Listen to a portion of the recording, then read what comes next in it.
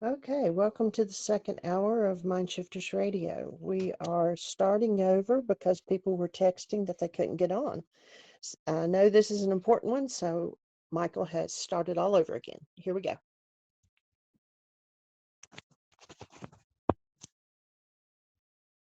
Well, welcome. Hi, Susan. Glad you're here. I don't know what was happening, but I've been on for the last 12 or 14 minutes. And unfortunately, nobody could get on. So I'm not sure exactly what was going on. And it wouldn't even let me end the show. So crazy. Finally, yes, finally. How are you, young lady? Any thoughts for today before we jump in?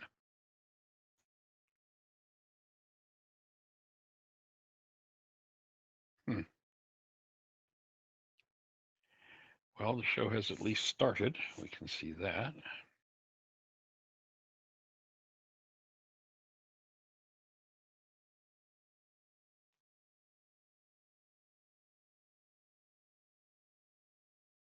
Okay, well, glad you're doing well, young lady. And let's see how things unfold, see where we go from here. I did do about 12, 14 minutes on the other, my other phone, but apparently no avail. Made it. Yay, Jeannie. Thank you. It's kind of weird. So, delighted that you're with us. And thank you, Susan, for the conversation yesterday, because in my sharing with you, it opened some pieces of my puzzle for me. And you've heard me speak before, way back about when I lived in Atlanta, was going to school there. I went to a meeting, and during the meeting, a chef got up to speak, and a muscle in my neck pulled so tightly that it actually pulled my head down toward my shoulder. It was quite painful.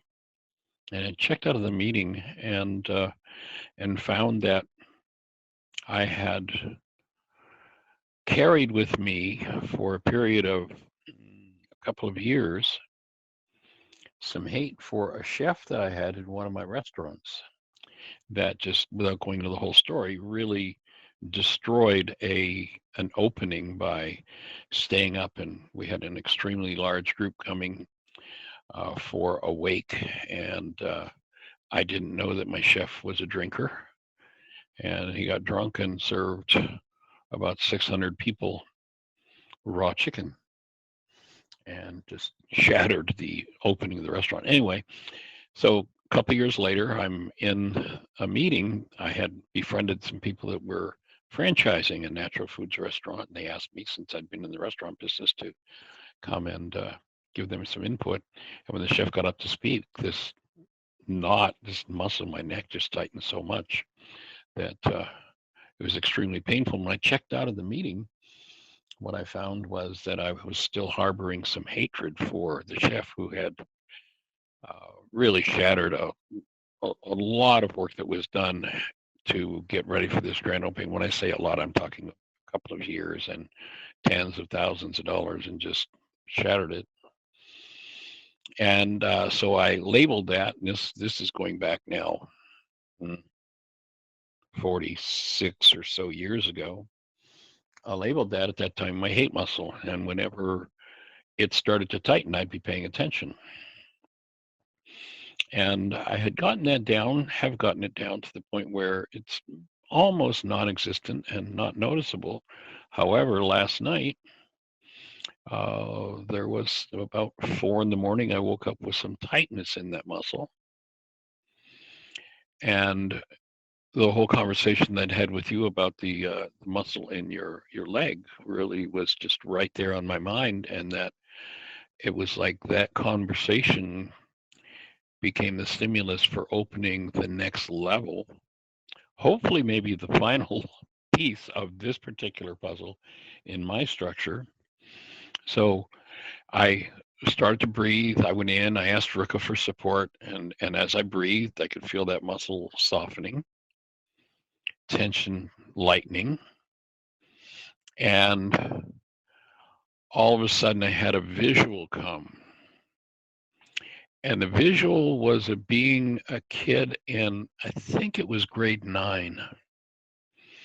And there was a guy in the class. His nickname was Brown. I'll always remember his name. And he was about probably 6 inches taller than I was, and he was a bully. And he had bullied and bullied and bullied, and I kind of took it and took it and took it. And one day I'm sitting toward the back of the class in math. Remember the teacher's name, Mr. Munn. And he walked up behind me and hit me in the back of the head and the neck, right on that muscle. And it was at a point where I'd taken enough and decided that what I needed to do was fight. And I realized, and I've actually just been adding in my notes, one more pseudo-solution, and that is of the thought disorder. Another pseudo-solution of the non-being mind is taking on the belief that in order to survive, I have to fight. And so I was able to breathe into that. It's 4 a.m. I didn't turn on a light or anything or do a worksheet except to cancel the goal for him to respect me and honor me.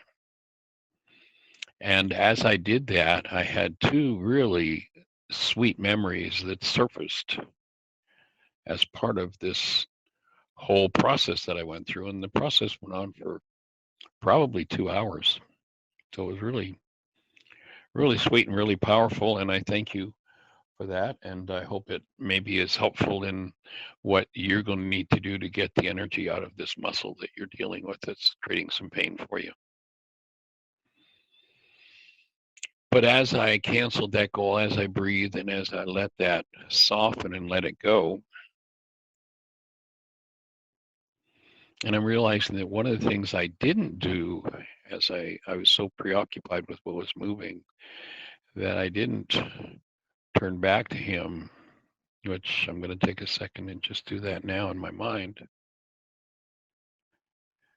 and offer him a pardon for what he did and realize that in order to be a bully, you got to be in pain. So holding the space for whatever his pain is about to let loose and to really be able to embrace him and extend love to him. But as I went through that worksheet and that still point breathing, I probably breathed for, as I say, for 2 hours around that. 2 memories came up, and one was being in church and remembering the sweetness of the focal point. And I don't know whether it was that particular day in church or what, but the teaching was focused on the idea of goodwill toward men. And so as I let go of this interaction with this fellow in 9th grade,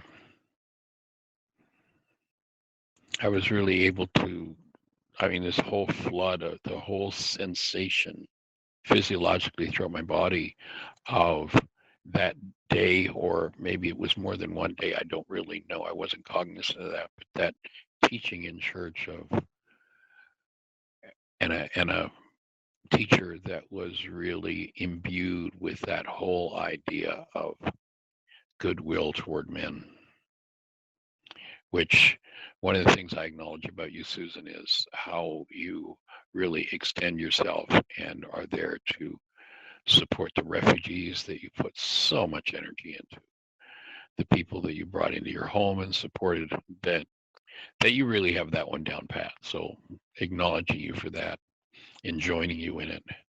But that was just this flood of joy that came with the memory of being in that space. And then a second memory came, and that was when I was a kid. And I don't really have any idea what age I was as that happened. But my father had just got a new car, and we were out for a drive, and there was somebody stuck at the side of the road. And I can remember sitting in the car, looking, understanding that this person at the side of the road was having difficulty, was in trouble of some kind, and knowing what our purpose was, and that our purpose wasn't to drive by them and leave them there in trouble, but to do something. So once I was able to cancel the goal for this bully who had hit me in the back of the head and neck, right exactly where that tight muscle has been, in my awareness. First time I really became aware of it, as I say, was in that meeting about 45, maybe 46 years ago. It was before my son was born. I was living in Atlanta.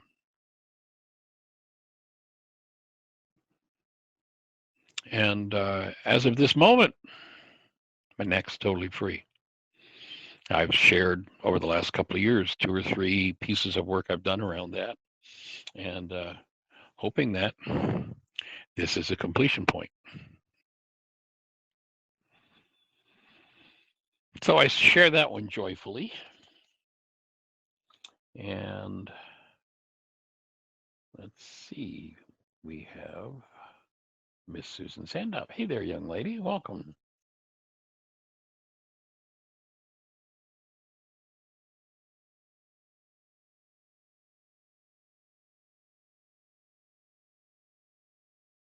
Are you there, Susan? Impressive stories. Say again? Sorry, I didn't realize I was already talking. I thought you could hear. I just wanted to say thanks for the stories, and you're doing your work. As you Well, always thanks say for the now. question. Thanks for the question, Well, because your question about that precipitated, that's like what opened that whole thing for me. So, I feel blessed. well, The gifts we get to give each other, and I certainly received mm, that one. well, you certainly did. You made. Are you still there? I heard a beep. You still Loud there? and clear. Yeah. Okay. Um, you made lemonade out of lemons. I mean, I'm dealing with a lemon, but you already went and did your work and got a result. Well, and this, Congratulations. and I'm really clear, that this is something I started to work on when I was in Atlanta. I Wow. became aware, like I mentally checked out of this meeting to see, what's going on in my body, that this thing, I mean, it literally pulled my head down. It was so tight and painful. Wow. So I checked out of the Wow. meeting, and I had already been doing this work for 4 or 5 years. So I did some work around it at that point, enough to be able to, kind of let it go. I wasn't all that cognizant of it, except how intense it was at the moment, and Yeah. let it go. But it's something I've revisited many times over, but this is the first time that memory has come up to be dealt with. And I'm hoping that it's the root of it. At this point, it seems like it is. Well, that's great. Yeah. It's amazing how these things keep coming up. So, uh, Well, and I, for me, I'm really clear that there's no way that we're going to bring anything up that we don't have the vitality to heal or the willingness to deal with. You might remember right. the opening night of the intensive you were at. I do the similar opening every time, and it's like one of our objectives is to create a space safe enough for and the support for anything that needs to surface, because the reason we hide things from ourselves is because we either didn't have the skill or didn't feel safe enough, didn't feel supported to allow those things to come up. So the safer the space is, I think the more easily, the more quickly it surfaces, and we get to work through it. Mm-hmm. So I've added one more pseudo-solution based in the thought disorder that I believe that I need to fight in order to survive. And that, I mean, when I realize that underlying dynamic, that's like monstrous. Yeah. So giving up the thought disorder that I have to fight to survive, and giving up that, with each of the pseudo-solutions, we've come up with a non-human. So what's the non-human? Lost in fighting. That's lost in the belief that strength is power, and it's literally weakness masquerading as strength. Mm-hmm. And we see this toxic masculinity going around today. Oh, I'm the tough guy I can beat. I'm one of those fighters that can beat up everybody. Like, yeah, so you have strength, Yeah. but that's not power. And Mm. that confusion, I think, is one of the most tragic ones we see in the world today. Yeah, very much so. I think of Yeshua, though, how he didn't keep, didn't have that belief that he had to fight, and he allowed himself to die rather than take that belief on and turn and fight. It has to be so huge, so global a submission. Maybe that's not the right word. An allowing, a trust in the goodness of the universe, ultimately beyond physical life, even. Yes. That takes. Whew. Well, I think once one realizes that we have a human life and it is the presence of love, that becomes more precious than everything else that one could possibly conceive of. Yeah. But it's not what the world imbues us with. Our constant reminder with Arya and, beginning language with our two newest little boys is your being, your human life is love. Mm. And that's what above all you need to maintain, rather than, oh, I have to maintain my image, or I have to, maintain my position, or, the thousand other things that people get trapped in, get Mm. lost in.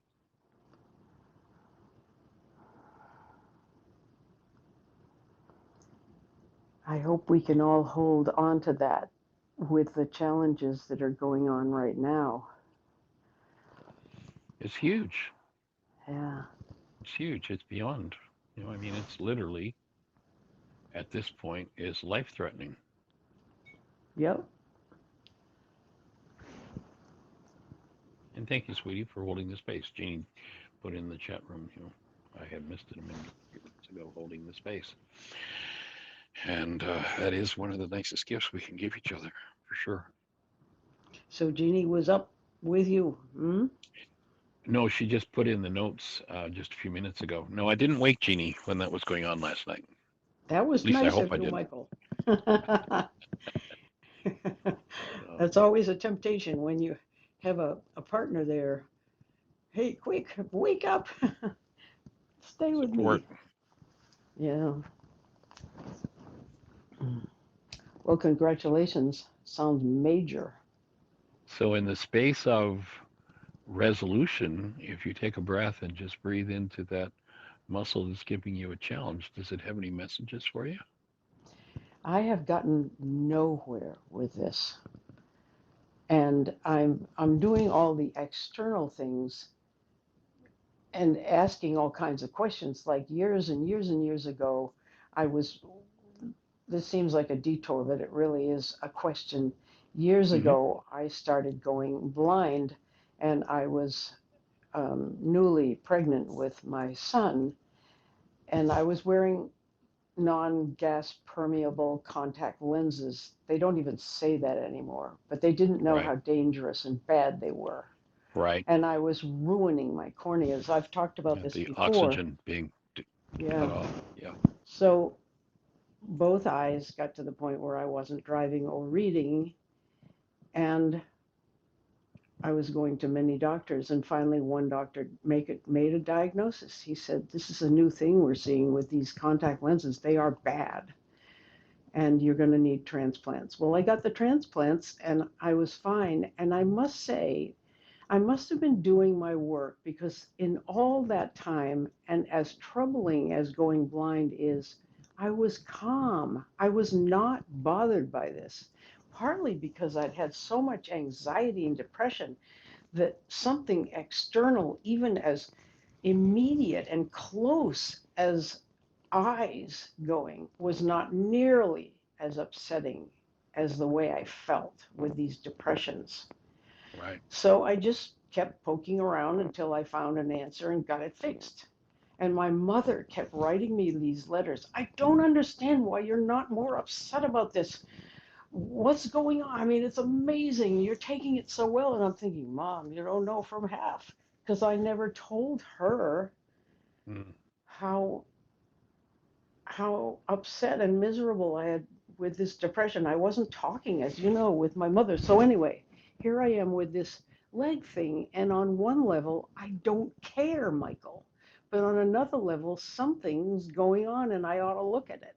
And I'm looking at it. I'm getting rehab. I did a chiropractor, a couple of sessions with him, and they all say different things. Michael, I even went on AI and listed Right. all. So go see Didn't the I? doctor. Did I tell you? And go see Yeah. the doctor. Yeah. Yeah, which I thought was very funny. But I know I'm supposed to work on this. And it is a kind of resistance that I've had thoughts like, well, and you don't like this, and you're going to lecture me about it, and don't do it because I know what Okay, you're I'll going to do it for say. you.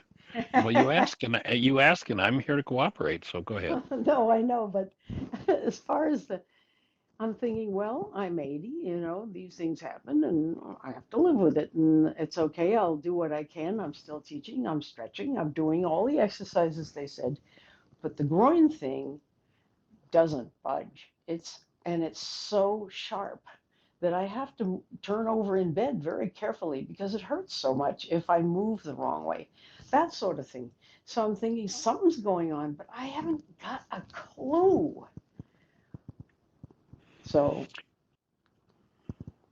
that's where I'm at. So here you are, getting all sorts of answers for your non-asked question. You didn't even have a question. I was on there and you Well, ran with that. you opened that opened the space for the next level of that muscle in me to open up and communicate with me. So it's pretty Well, cool.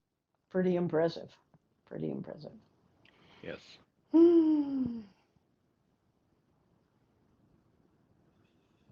So all I can say is, in terms of whatever that energy pattern is standing in willingness. Mm-hmm. Imagine taking your breath to it. Imagine, remember from the intensive where we do the love exchange exercise, literally Yeah. doing a love exchange with that tissue, Mm. extending the presence of love into that tissue and asking Rika for support. I can do that for sure. Well, we'll be holding the space. Mm. Now, am I understanding correctly? So there's some pain from the hernia surgery or the scar Well, tissue, but this there other wasn't pain any. is a separate thing. There wasn't any pain after that hernia thing, and I'm not sure they're right. They say you can have pain, scar tissue, after a hernia Right. operation, but this pain started about 2 months after that operation. I don't Hmm. think that's what it is. They say it's possible. Ah, okay. All of a sudden, it just began, and it radiates. It's several things. It's a pain outside the ankle that radiates up the right side of my right shin when I'm lying down, and it's kind of pulsing like an electric shock going through. And if I if I knead it with my opposite heel hard, that goes away and I can get past it. That usually happens when I'm lying down, but that must mean the PT person said that probably is a pain that's in your leg all along, but you don't feel it till you're lying down and quiet because you're just busy on other things. But it Right. gets pretty intense. And there's pain in the muscle, the buttock slash hip connection, and I do sciatic pain exercises for that. It's a whole bunch of things, and weakness, a knee that's unpredictable, it'll buckle when I'm not expecting it to. Balance is worse. Holding on to walls and railings when I go up and down stairs with a load of laundry or something.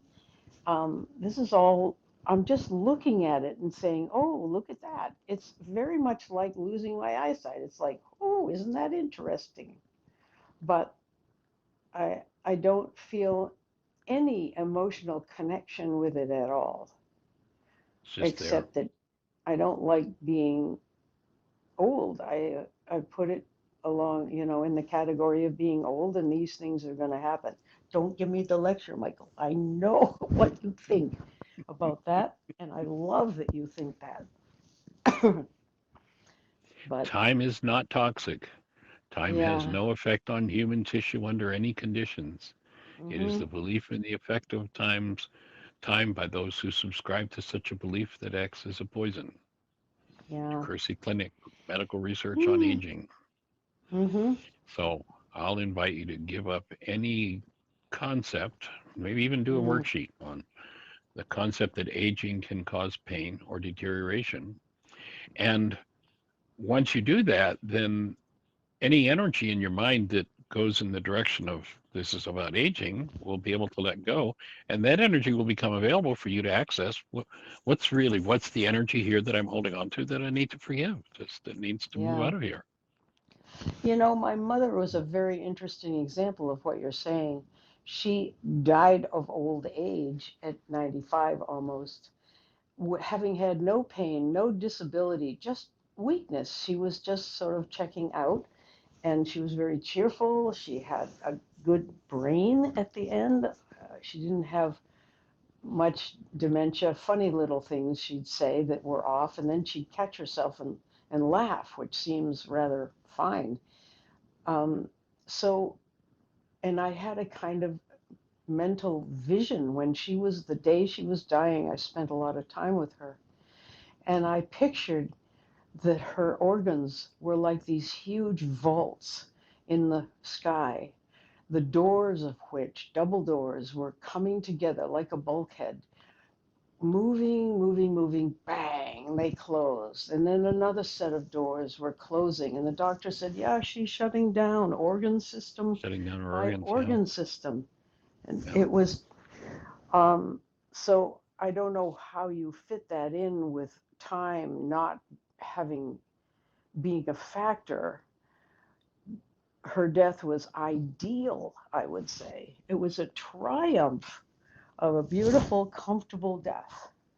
Hmm. Um, And if one's going to go, I'm not suggesting there's anything wrong with that. In fact, I acknowledge you for it sounds like you were accomplishing exactly what intuition is for. You were getting direct information without recourse to your mind or your intellect of what was mm, happening for her. You got hmm confirmation from the doctor. Yeah, that's exactly what's happening.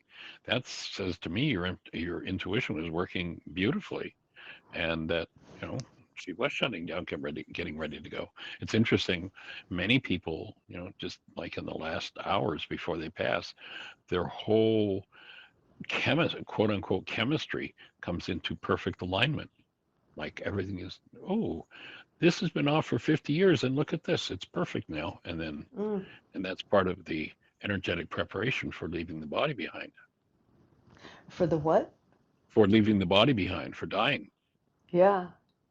Well, at hospice, we would often see people become completely lucid and Right. loving, and then Just they'd be before. gone. Yeah. Yeah. Yeah. It's like doing a final, sum check in a computer system, finalizing something. Okay. Yeah, Ready to head out. yeah. And sometimes waiting for family to show up or waiting Yes. for family to leave so that they Right. could let go. Yeah. It was amazing. Many, many deaths were like that. It was the rare one that was a struggle. And yet hospice, you know what they do? They give you this concoction that keeps you comfortable but lucid, and but it also helps you go. It Let go. actually is a Yeah. suppressant, so that there are arguments about, are we killing these people? Is this assisted suicide? Slow moving, but still. And they don't seem to go there. Luckily, Right. the medical people leave that alone. I guess there's enough wisdom and evidence in it that they don't want to fool with it. Right. Yeah. But thanks for that idea. I can certainly say to myself and think about the fact that the idea of time can be toxic, and it doesn't have to be old age, and just open that. Right.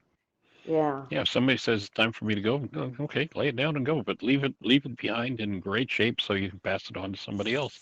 Do the right. parts and pieces and pass it on. If you're going to leave it, it's not saying it's in error. The error is believing that it's one thing that we can do nothing about because, of course, it's the effect of time. And Yeah. correcting that error, letting go of that, and saying, it's time for me to let go Mm-hmm. Hmm. Yeah. or not let go. Or not let go. Yeah. So I'll join you and hold the space and be extending love in your direction to be able to open and inquire as to what this is about. Thanks. Thanks All for right. help. Yeah. Any other thoughts for you? Well, are there any other people in the queue? Nobody, not with a hand up. So go for it if you have something. I'd love to ask you, but it's about Tim Bingham, and I do have permission from him. He's off at someplace, the car place or something. Right. He has had extreme anxiety the nights before we go to church, which has been going on for years, but it's always about like, will my plumbing be in the right way? Will my peristalsis be working properly? Will I have to run out of the service for this, that, or the other? Mm, Finally, he said, it's not really that. When my mother had me, it was 1945. In 1946, the first Life magazine pictures came out of the death camps and the Holocaust. right. And he said, my mother is a Jew. And my mother, it was like, what's that word? Theodicy. She said, if there were a God, this would not have been allowed to happen. And she never processed beyond that. Right. So she left all religion behind. She'd never been practicing. Her parents were kind of secular Jews and came over to this country for business reasons. Just when Hitler was gearing up, they came over because they had an uncle here who ran a business and they wanted to join him. It wasn't even Right. in protest to Hitler. But Tim said, I was a little kid and I think I was picking up on this. And I think, the Nazis were following an Aryan slash pseudo Christian ideology, and they were hating Jews. And I don't want any part of a church that does that.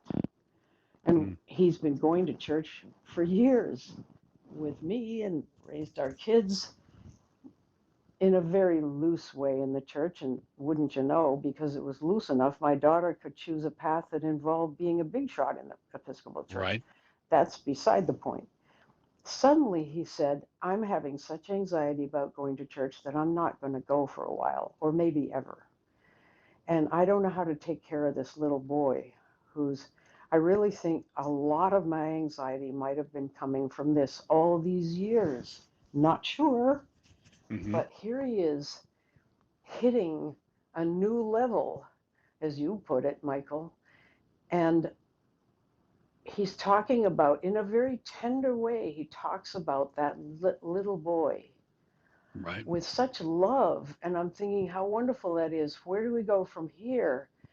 And I've said, please call the radio show. I don't know if I can do this with you in a way that's somebody a little more removed. And he says, well, those tools, I never understood the idea of a goal, for instance. He's doing DNRS and he's getting good benefit from it. So I don't push it. But I guess what I'm asking is for you to, do you have a thought about all that? Something I could say to him? Yes. Yes. You might remember shows where we have done a detachment from attachments to someone. Mm-hmm. Mm-hmm. And with the fact that his mom comes into the conversation and that that whole memory surfacing, that he's at a stage now where he's able to access that memory and connect it in with church, as Mm. mom had connected in with church. Mm-hmm. uh, then I would suggest that you walk him through releasing the attachment, the emotional attachments to mom. Oh, interesting. And if you remember how that goes, and in fact, we've got 10 minutes. That's plenty of time to do it. How about if we do it and then you could play it for him, or you could just repeat it, and anybody and everybody that's on the show. Uh, Probably most of us have got somebody we've got some attachment to. And Mm-hmm. actually, as I think about it, I'll do it on the thing that I shared in the beginning of the show with this classmate from school. And so we'll walk through. It's a brief meditation, Okay. and it's about energetically cutting the emotional strings that tend to keep us in patterns. Mm. And I've seen this simple tool like totally turn relationships around, like dramatic impact on people's lives. So if everybody in the audience has someone that you've got some challenges with, someone that in the vernacular of the culture knows how to pull your chain, or every time you see them pulls your chain, Oh, yeah. then I'm going to ask you to think about them. And so get a picture of somebody in mind, Mm-hmm. and then allow yourself to just close your eyes and get that picture. And I'm going to ask you to become centered in a place in your head. So I'm going to ask you to just focus your awareness. And so if you'd imagine that I'm there with each of you who are listening, and imagine that I've got two pencils that eject a light beam. And I'm going to place one of those pencils. So as you breathe, I'm going to ask you to connect your breath as though you're doing still point. And as you breathe, I'm going to invite you to focus in a place inside in the center of your brain. Mm. So imagine that I'm taking the first pencil of light and I'm placing it right down to the very center of the top of your crown. Mm-hmm. So allow yourself to just get centered there. And then imagine that I have a second pencil of light and I'm now injecting that light in right through what people would call the third eye, the center of your forehead. So imagine those two lights are entering into your brain, and the point where they meet would be what we would call the seat of the unconscious. It's a place where we can let go of attachments. And most of our attachments came through verbal interaction. And Mm. so directing the breaking of those attachments can be done verbally.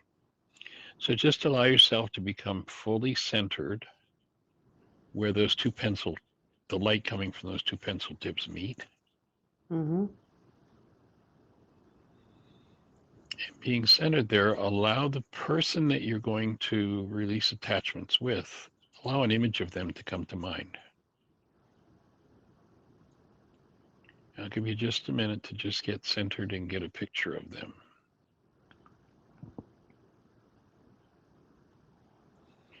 Allow yourself to breathe. And then you're enlisting Ruka's assistance.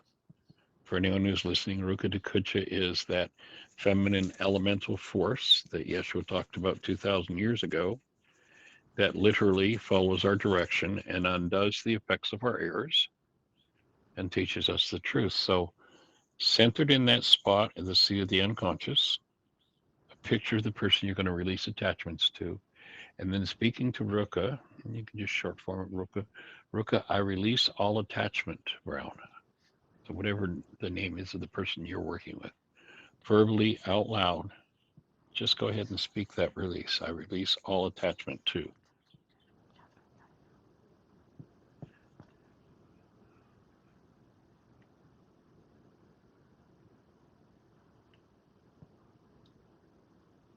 Notice what happens with your breath.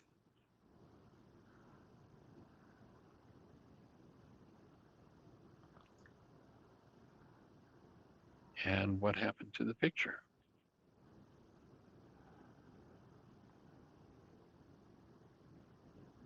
Did you notice anything happening with your breath as you did that verbal release, Susan? You talking to me, Michael, or just everybody? Mm-hmm. You.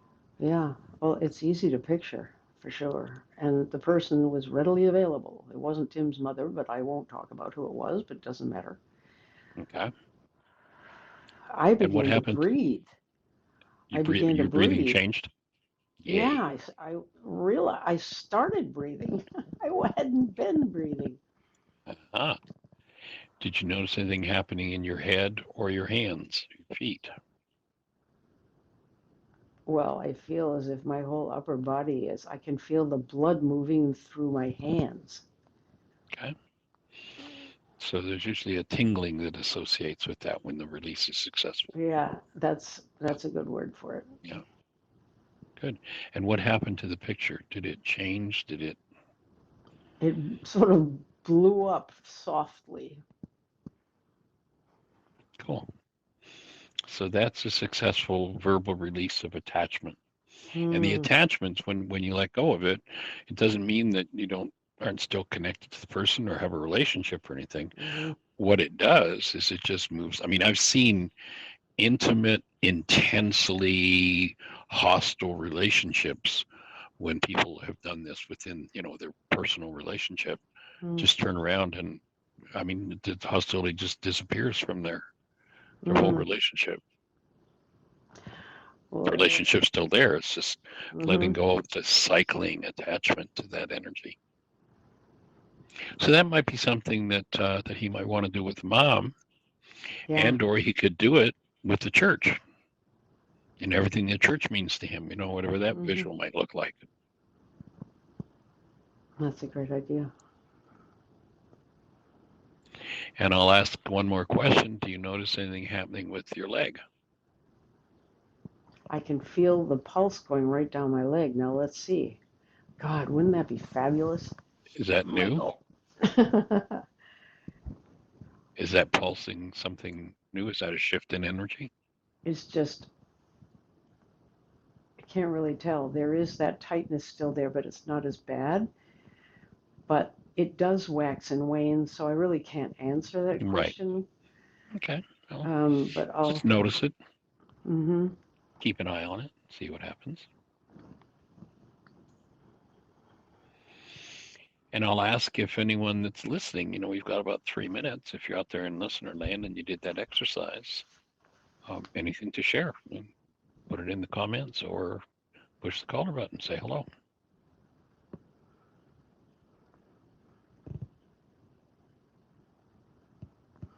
No comments, no caller buttons. So,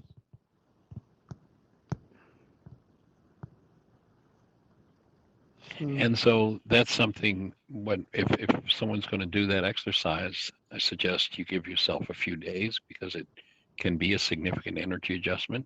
Mm. And if there's someone else to do it with, then after giving yourself a few days to adjust, you can do that around anybody in your life that you have Mm.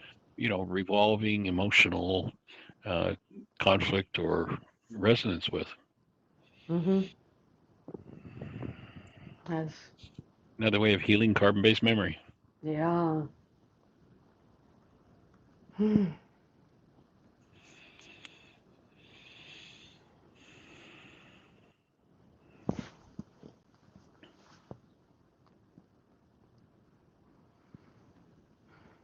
So we do have a comment. Let's see what our comment is.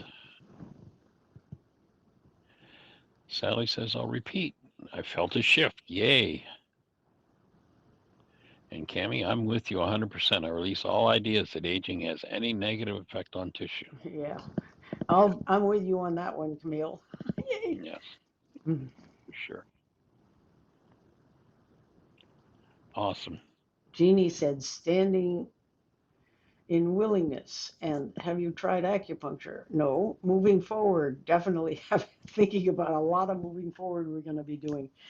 Yeah. I love you guys. You're so good to us. Well, I don't believe for a minute that you love us, but I do believe that you are the presence of love, and I appreciate your presence in our world and our lives, and the way you support us is awesome. Thank you. Thank you. Mm, Thank you. welcome. My pleasure. All right. Well, everybody, holding a space for the best year yet of your eternal life, that it begins once again today. And let's take that energy and extend it, that energy of release, that energy of the presence of love, and extend it to every mind, heart, and being on the planet. Thanks for joining us. Blessings. Thank you again, Susan, for those questions yesterday. It was a big blessing for me. Welcome. Hardy.